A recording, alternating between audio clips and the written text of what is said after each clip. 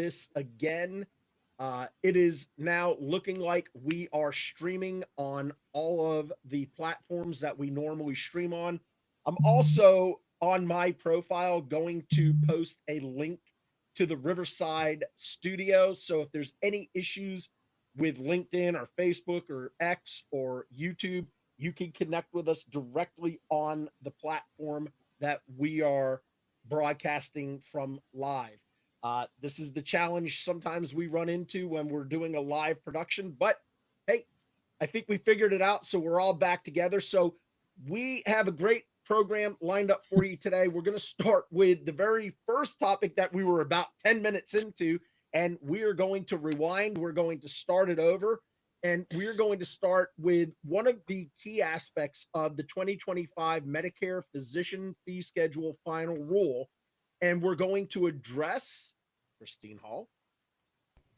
So, I don't know if I'm going to be able to say it the way I said it earlier, but the truth of the matter is we have some huge confusion as it relates to telehealth. And I think that Terry and I have been talking for a very long time that telehealth, the waived requirements for payment were put in place during the public health emergency. After the public health emergency, CMS had the power to continue to extend that waiver, and they did through the end of 2024. The whole time reminding providers that if Congress doesn't come in and make permanent changes to the telehealth rule as it sits in the internet only manuals, in the claims processing manual, in the benefits manual, without Congress making some big changes to that, that we were going to revert back to the way that the policy is currently written. At no point did the place of service of home become permanently added to the telehealth list. So come the final rule dropped November 1st, and in the final rule they had not had any congressional intervention to add the place of service at home. And so the advice is that come January 1, telehealth will no longer be reimbursed in a patient's home when it's provided in a patient who's in their home, unless that patient is outside of a metropolitan statistical area or in a healthcare shortage area, HIPSA area. And we're going back to the CMS analyzer to determine whether a patient can or cannot receive telehealth services. But home is being removed. The only thing that we can use home for is for telemental health, for those behavioral health and substance abuse. But for your rheumatologist, endocrinologist, you're going to have to start going back to the originating site, a provider's office or a hospital setting, a federally qualified healthcare center, rural healthcare center, in order to receive telehealth services. So that was a big blow for telehealth, especially some of those providers that they have modified their whole business model to include telehealth services. What's going to happen come January 1? The second thing was CMS did say that they will continue to cover telephone audio only services, but those codes that we've been using during the public health emergency, they'll be deleted come January 1st. And the new codes that are being put in place to represent those audio only visits, CMS is giving those a status indicator of I, as invalid. So we're not able to use the new codes. The old codes are being deleted. It's kind of like they're talking out of both sides of their mouth. One side is saying, yeah, we can do it, but the other side is saying, but you have no codes that are billable for it. So I don't know what we're going to do. So Terry, I wanted to kick it to you next, because I know that this is something that's near and dear to both of our hearts. And I'm very sad about it right now. I'm waiting for that congressional intervention, but I'm not sure that we're going to see it, because as a election year, there's a lot of issues that were raised that are taking precedent. Yeah, I agree with you, Christine. And, just for the listeners that have not been in telehealth before the public health emergency, Christine and I have been in it for about 15, 20 years. So we were presenting on it, talking about it, educating on it before it even became popular. And I had to beg physicians even to look at it. And so it's been interesting. As soon as the public health emergency started, March 1st of 2020 through May 11th of 2023, it just seemed like a free-for-all. The waivers came out and they said, oh, everyone can do what they want. And then we started to see luckily in 2022, where even CMS said there's some safety issues here. We have to pull back some things. And we can't have, assistants to the assistant doing things in nursing homes. We can't have, we still have to have providers providing the service. But some things did stay. Mental health, I think, was a really good thing to add to the telehealth list. And there's a lot of things out there that were good. However, because it was such a free-for-all, and because the public health emergency from a paper perspective lasted 3 years, a little over, so many practices went out and modeled their telehealth office or their telehealth plan as the public health emergency waivers, and thinking that was going to be forever. Of course, they're not going to put that genie back in the bottle. Well, this is a very expensive part of Medicare and Medicaid and healthcare. And what we're seeing is that, or what we have seen, is that even commercial plans, a lot of them stopped paying for audio only last year and the year before. They said, yeah, enough is enough.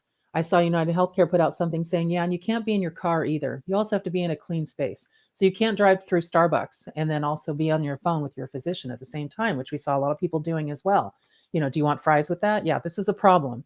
And so basically now, because of this, we are seeing that again, election year, the Consolidation Appropriations Act, which is the congressional body. Remember, they make the laws and we enforce them. We basically tell you how it works. And so does CMS, so does Medicare, so does Medicaid. And CMS does not have the congressional authority because there's no more PHE, to extend any further the geographic location of the patient being in their home without Congress saying, we're either going to do this permanently or we're going to do this temporarily and extend it for another year. They've let that just kind of sit there. And there's several bills in Congress right now waiting to be signed for that. And then also, as Christine mentioned, the new telehealth codes, we have 16 of those 17, they put it in I status, which is invalid. And their reasoning, they said, well, we already have codes that explain that. No, we don't. Because I don't know if anyone's opened their 2025 CPT book, but the very beginning where it says how to use this book, and it talks about do not approximate a code. Thank you, Paul. You have to actually, have the code that exists or use unlisted. They added a section in there, and I'm paraphrasing, but it says it has to match the language in the code. So pay attention to what the descriptor says. And I just thought that was an interesting add because, again, CPT is more verbatim than CMS gets. We talk about Medicare speak all the time. But I've had this conversation with providers, with my membership clients, with non-clients. And the one thing that concerns me is how people differently interpret the rules. And they're interpreting some of the FAQs on the final rule as saying, well, we're reading it that says that CMS says that we can now do office visits or any visits audio only as long as the doctor has capability and the patient says, I don't want to do it face to face. And that's not what the rule's talking about. What are you going to use? It There says is going to be a code for that. They seem to think it's going to be office visit. I'm like, no, that's never been the case. You can never use office visit. And then we take them back to reality and say, look at Appendix T. Appendix T is what can be appropriate with a 93 modifier audio only. There's no visit codes under there. There's only a handful of codes, actually. There's maybe 20 codes. And so you have to look very carefully throughout, not just CPT, when Medicare doesn't address it, what is going to be appropriate, because you have to go back and forth, say, well, Medicare's not telling us, so let's see if AMA is telling us. And then you also have to look at your other payers. What are they going to cover? So the point we're trying to make here is that because it's been unclear from CMS like to say, look what we did for you. We're expanding telehealth. We're now allowing all these different providers. We're now allowing these different services. But then they put in this really small print in this first paragraph, just to the telehealth section, they say, oh, by the way, the location may not be the same, but you still have all this coverage. Well, if the location isn't the same, then you don't have the coverage. So it's very tough, because I can see people, and I hate to relate it to this, but this is the only way I can really think of how this seems to, what I'm seeing as far as a lateral look at this. Some people quote the Bible and just quote verses. And I'm like, well, did you read the whole text? And so sometimes I see that with CPT, I see that with the Medicare rule, whatever. And this is not being a religious thing. It's just, you have to read everything. You can't just clickbait on what you like. So, Terry, Paul, I know you that's audit.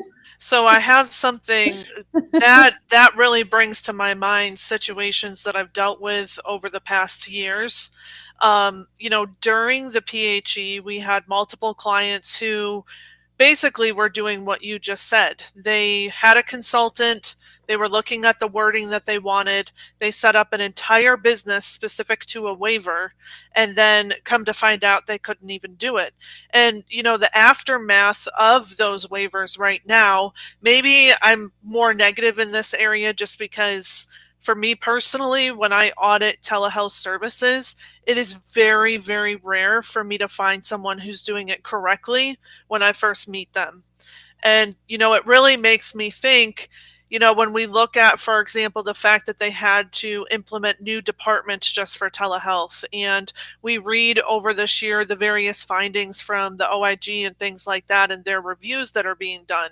There are so many bad players in this game right now who just saw the dollar signs and didn't look at it from a patient convenience or patient treatment perspective. And I don't know that I would say that that's necessarily driving all of this, but it just makes me wonder, what they're thinking on the government side of things when this has been the outcome. And, even today I have multiple clients who have completely structured on that waiver, and they're going to be in a pretty bad place. They're not going to have patients come January 1st.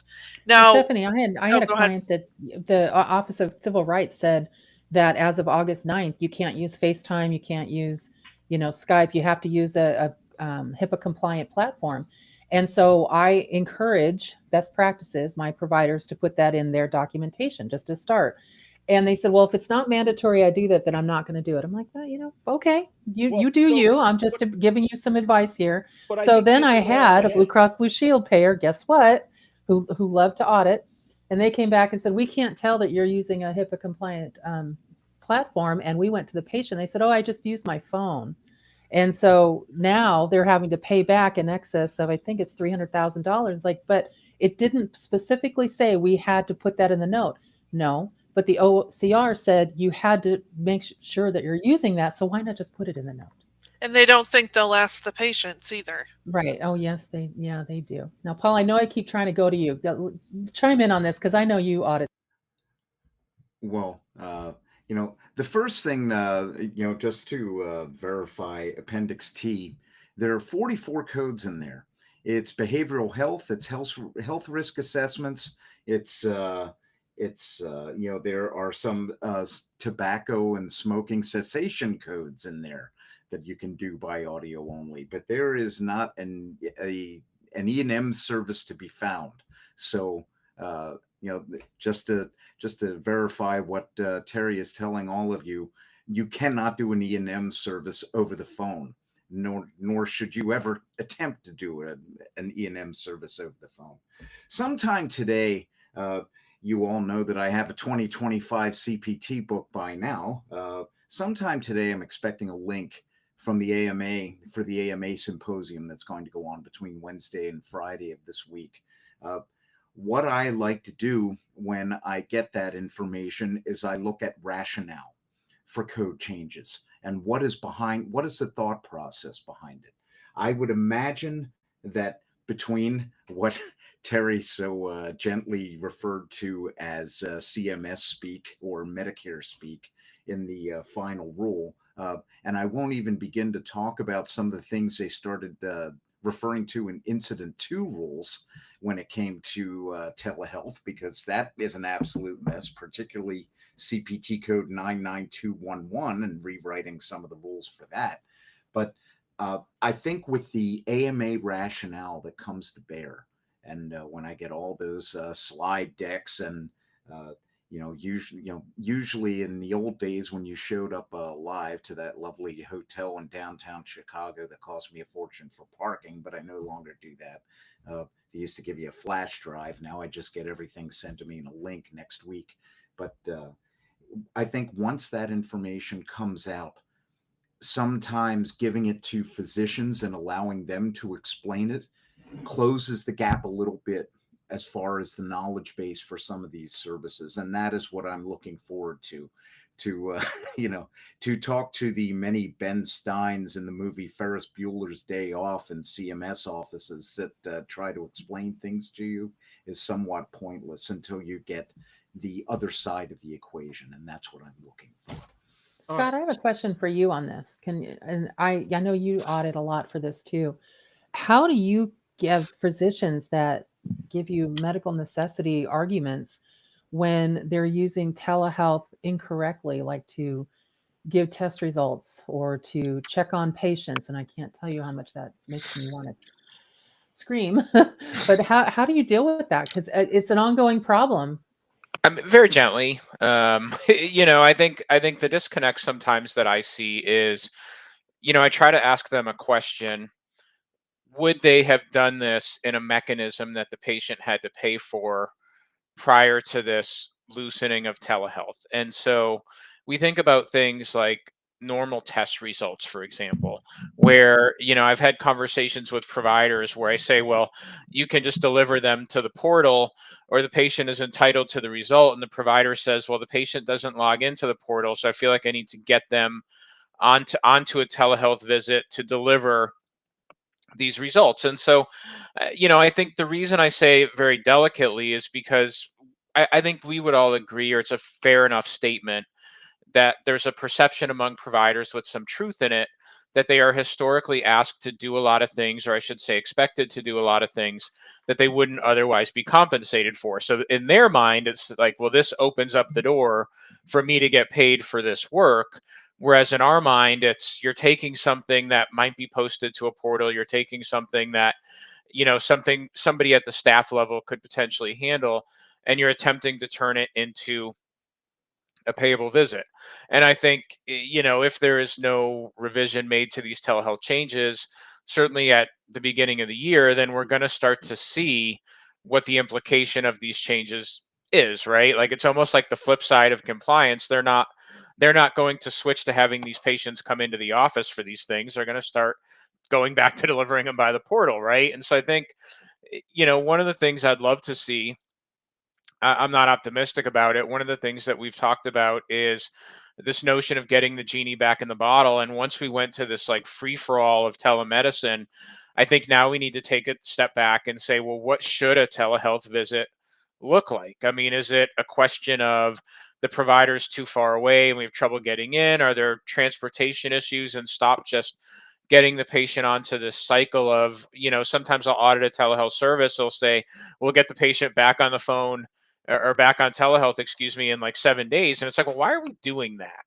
Like, why wouldn't we know until things like folded out? And I know I've mentioned this to some people on the panel, and I'm sure this is not exclusive to me, but I'm asked questions sometimes where the clinician is like, well, how do I bill telehealth? The patient came into the office, but I'm at home. And I say, I well, was just gonna say that, let's say you Scott. get in the car. Yes. Like, I want to type, you get in the car and you drive to the office. The patient did it. And I think that's one example of sort of, the killing of the golden goose, as we say, where I think it's sort of indefendable. But Scott, they're letting me stay at home now. They're going to extend that to 2025. It makes me crazy. It seriously makes me crazy. But Well, I and think there's a plan here. I mean, I mentioned it before we were able to go live.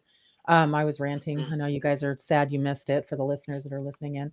But I truly believe that there's some kind of bait and switch going on. Congress hasn't answered the call for the CAA extension. We have 13 to 14 appropriations bill for telehealth just sitting there waiting to be passed. And they put the new codes in invalid status. What are they trying to tell us? That they And don't Terry, believe that telehealth is going to be a payable service All in right. so I one mean, of the 2025. things I'm Hey, seeing too, Terry, is that first of all, most providers never made the call to their malpractice to see if they have malpractice when the service is provided via telehealth. Oh And my now gosh, they're Christine, that's using a huge thing I've dealt right. with. They're Huge using thing. it inappropriately. Yep. They are treating patients over the phone from their homes. They're using it for normal lab results, trying to. So what happens when things catch up with them? And they will. I mean, we know traditionally things will catch up. Whether it is next year, the year after, things will catch up. And there's no malpractice insurance. There's no liability insurance that covers these telehealth errors that are happening. And it's only a matter of time till that house of cards comes down hard. Well, in California, if you see telehealth patients under, and you also are a Medicaid provider, you have to have a brick and mortar. You don't have a choice, and you can't force the patient under telehealth. And so, basically, we've had some providers in California that have found that their local city, what do they call them, policies or whatever, they basically permits. They say, oh, you have a pool, you can't have patients there. Oh, you don't have, you're not ADA set up for wheelchairs to come in your house. They're like, well, patients aren't coming to my house. I'm just doing this via tele. They're like, you are a Medicaid and Medicare provider. You have to have a brick and mortar so patients can go there. So it's interesting because people also, and Christine, you know, I've talked about that. They forget the state aspect of that. I mean, we had, and Stephanie alluded to this, it was the same experience for me during COVID, or when it first started. The number of providers that were basically saying, like, I would like to leave my job and perform exclusively telehealth services from my home, and that's going to be my business. And sometimes they would even say, you know, this one prospective client that we had was basically like, I see this as going like nationwide, and I'm going to sit in my house in Missouri and I'm going to render telehealth services across country. And it's like, well, you're not. It's not going to go quite as well as you think it is. And so, you know, there's I think, like, a reckoning that needs to occur. And one of the things that I'll be curious about, you know, to Christine's point, I think with all of the things that are going on, I think it's reasonably certain, or I should say likely, that Congress is not going to remedy this prior to January 1st. So the question then becomes, when patients lose access to this, what's the reaction? And I think one of the things that, you know, as we've all talked about it, you know, is the patient driving telehealth because it's what they want, or is the provider driving telehealth because it makes them more efficient and it makes them faster? So the last thing I'll say about this, and I would kind of put my dad into this category. So we all thought when COVID started, like, telehealth was going to be the new big thing. And, you know, my dad doesn't have a particularly active, like, social life at 81. Like, going to the doctor is getting out of the house and, like, doing something. And so I think there's probably a patient cohort out there that's perfectly willing to go to the office, but they keep being told, like, let's do telehealth. Let's do telehealth. Scott, we're offline. Oh, No, they're hearing us. I just had a, Can you hear us? Kimberly just told me that you're hearing us. Oh, But- okay. Because Sean Scott, just I'm going said to tell that- you, in the beginning of the public health emergency, my mother, who is, I'm not allowed to tell her age, but she's a Medicare recipient. My mother got a phone call from her primary care office that said, listen, during a public health emergency, you know, patients are not allowed to come into the office. So you have an obligation to have a telehealth visit with the doctor because they can't lose their economy. And my mother has not forgotten about that. So when they schedule her for a telehealth visit, she's fearful that if she declines that visit, that they will drop her as a patient. And that's a real thing. It really is. Even now, many years since the public health emergency, a lot of patients are still feeling like this is the new way of life, and they have to participate in this now. well, and I could understand why the providers like it, because sometimes I will see, so I've got some clients that do a better job than others of basically saying, like, this is the modality, this is the fact that it's HIPAA compliant, the patient's located at their address on file, I'm located here, I'm licensed in the state, and then you'll see that they'll document the time of the visit, and the time of the visit is like 6 minutes sometimes. But when you look at the documentation, it pencils out to like a level 4 service. And it's basically like routine, 2 chronic conditions, refills of the medications, you know. So I could see why the provider would want to, like, push certain patients into these, because, you know, at a micro level, it's always hard for me to tell when I'm doing individual audits if the overall utilization is increasing in terms of, is patient A going to the doctor more often than going to the doctor, in air quotes? Is patient A seeing the doctor more often now than they did prior to the expansion of telehealth? is the provider increasing his or her patient count? Because if you were just going to say, like, forget compliance for a second, knock on wood, and just say this is about like business development, it would make perfect sense for like an internal medicine provider to like park somebody on telehealth and just all day, 5 minutes, 5 minutes, 5 minutes, and deal with all the stuff where, you call the doctor and you say like, well, I don't feel great, I have some allergies or something, and today's Monday, and they're like, well, can you come in on Friday? And I'm like, well, I could be dead by Friday, right? And so I think there's some balance there that we're trying to figure out. Yeah, Well, I think that there's a lot of balance there too, but I think that the one thing that is tough right now is everyone still wants it to work like it was during the public health emergency. Yeah. And we're not in that space anymore. We're in it basically medical necessity has taken over. And not saying that it wasn't medically necessary during that time, but I think that, people were so afraid of when they were going to be able to leave their house, when they're going to be able to go to see their doctor again, that they almost got excessive about it. And now it's like, oh, this is cool. I don't have to park. I don't have to drive Well, there. I don't have to go in. Terry, but I was at a national conference for one of the major organizations just last week, and it was the managers organization for medical managers. I'll just leave it at that. Great organization, but when I said, as a side note in my presentation, and it wasn't about telehealth, it was about compliance, and I made as a side note, hey, just like you've got to start looking at your compliance now that telehealth is rolling backwards to the originating site location. And every single member of the audience went dead silent. And I started getting rapid fire about, what do you mean telehealth is changing? Now, we're 3 weeks into the final rule, and this is the first time they've ever heard it. And it's going to make a major change, especially in the state I was in, has a lot of rural areas, but maybe not designated as FQHC areas. And so what are they going to do with all these patients that now have endocrinologists, now have rheumatologists, now are seeing infectious disease, and they're going to lose that lifeline come January 1. Most practices, from what I saw, and there was quite a few practices represented at this conference, a state conference, that they have no idea that this is coming and how it's going to impact healthcare. Let's not even talk about reimbursement. Let's talk about healthcare. yeah. Well, I Well, think what one of the things too, Christine, is people don't understand what originating site is.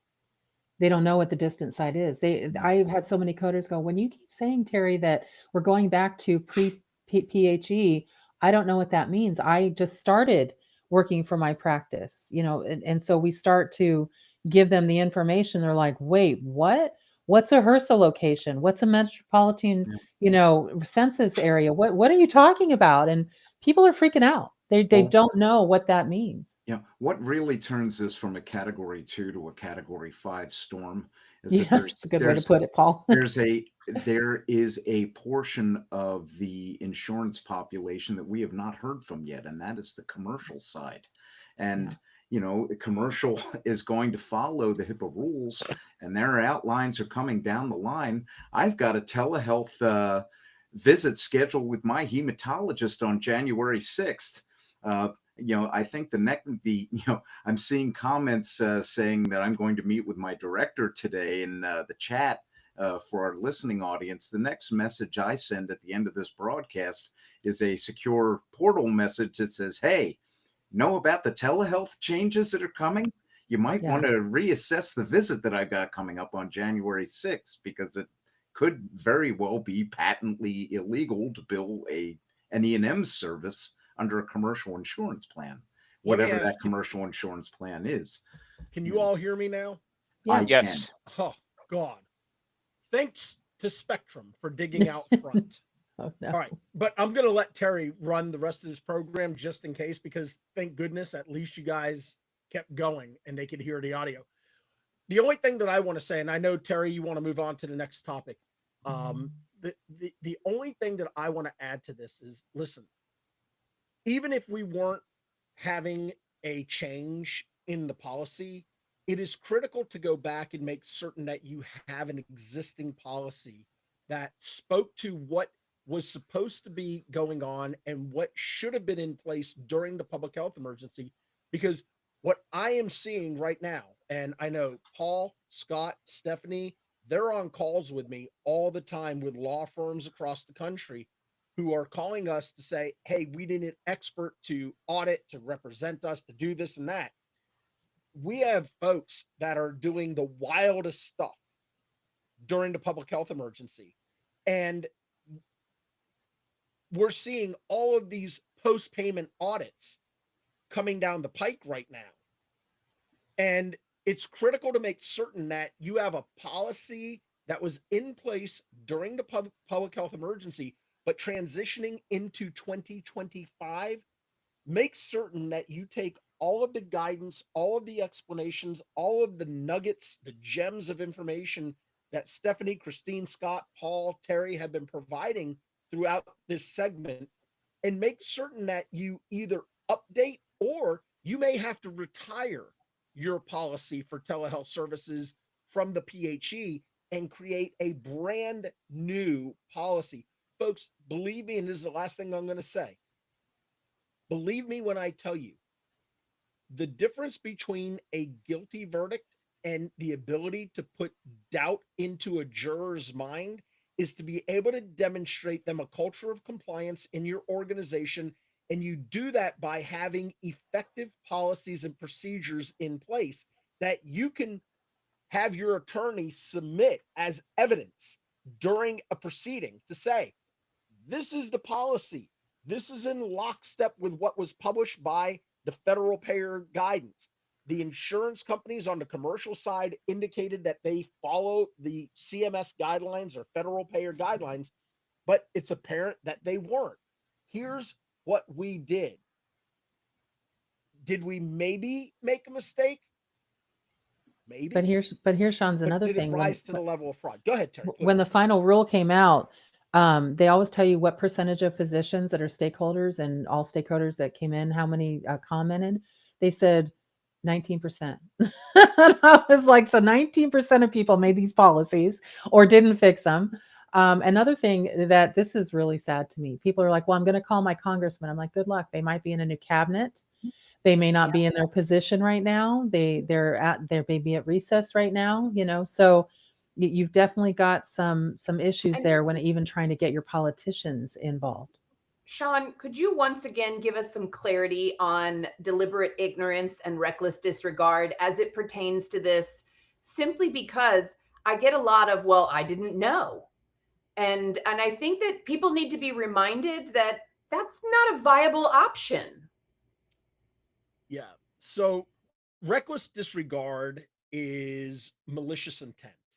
That is somebody who has knowledge of the falsity of the claims, who understands what they're doing at the time the claims are being submitted, where they know it is wrong.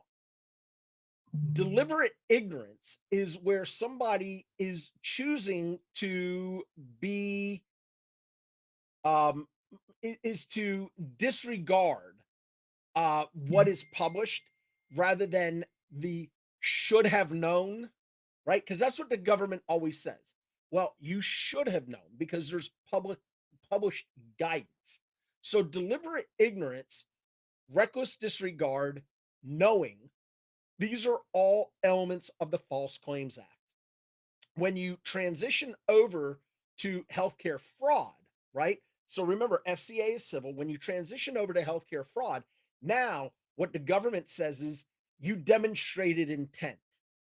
You had intent to create a scheme or an artifice. So bottom line, don't bury your head in the sand like an ostrich.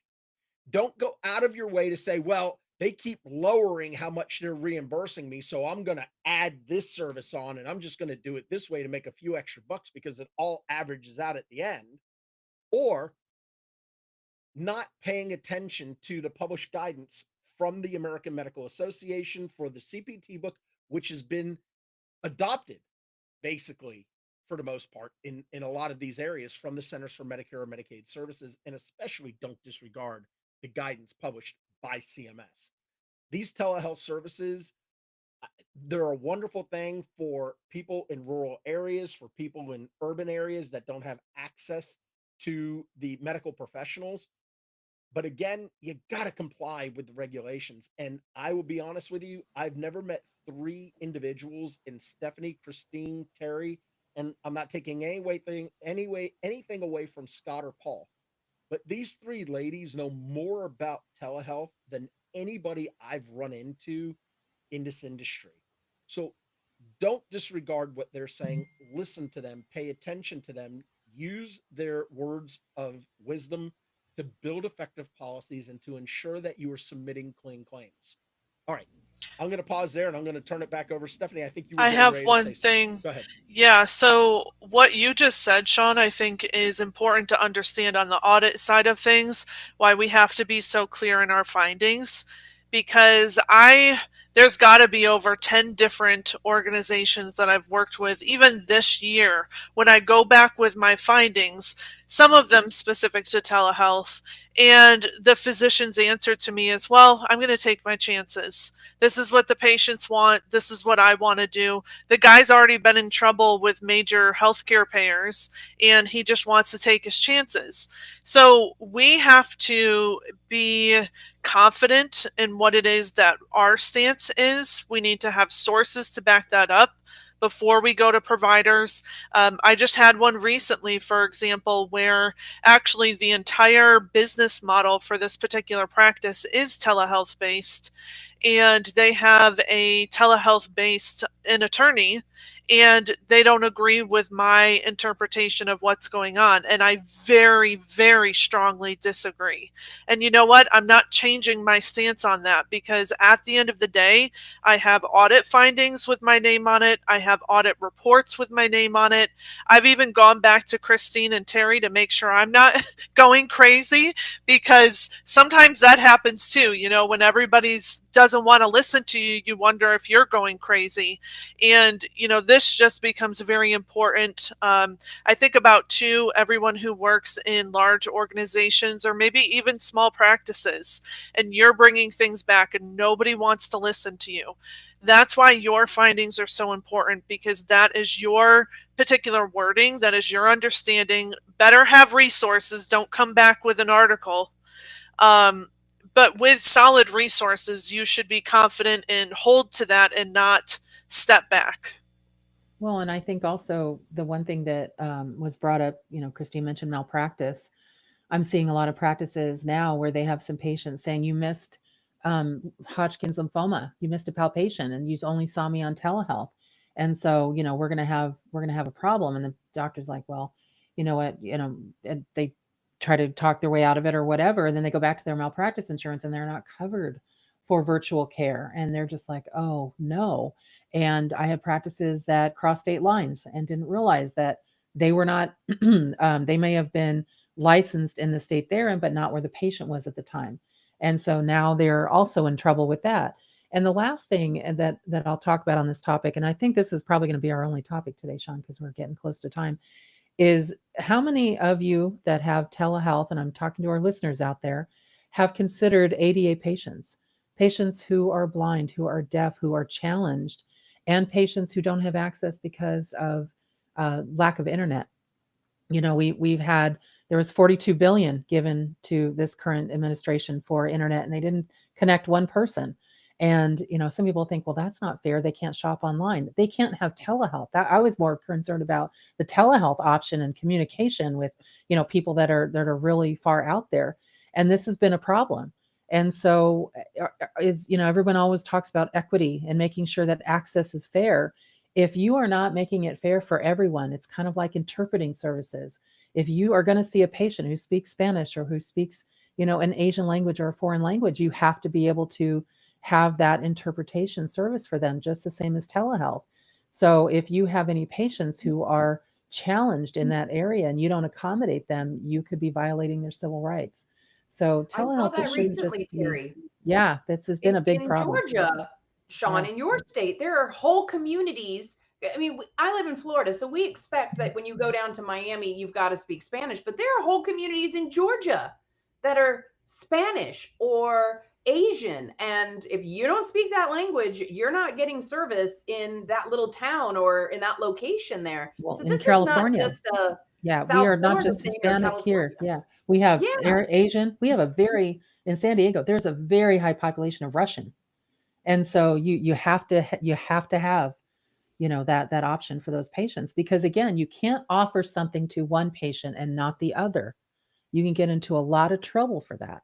So when you are, like Stephanie said, when you are tightening up your policies, your plans, and whatever we're anticipating for 2025 on the telehealth side, access is really important. Malpractice is important as well. ADA accommodations are important, not just making sure that you can get paid for a telehealth visit. Look at the entire picture. And Sean, that's all I have today. Absolutely. Folks, I want to extend a sincere apology for the technical difficulties that we had starting. I would like to especially thank Spectrum for digging in my front yard and for creating the havoc that we had on this podcast today. But the good news is somehow they found it. They were able to patch it, get me back online. But I want to thank Terry, Christine, Stephanie, Scott, Paul for keeping this podcast going, for getting you great information. I know we only got an opportunity to cover one topic today, but man, what a big critical topic telehealth services is and will be going forward. All right. Terry and I are going to be back tomorrow morning with our hashtag Terry Tuesday episode. I'm looking forward to the topic that Terry springs on me. Maybe she'll have a little mercy on me tomorrow and give me a heads up before we actually start recording that episode. So until then, thank you all so much. Be good to yourself. Well, be good to each other, but more importantly, be good to yourself. Take care.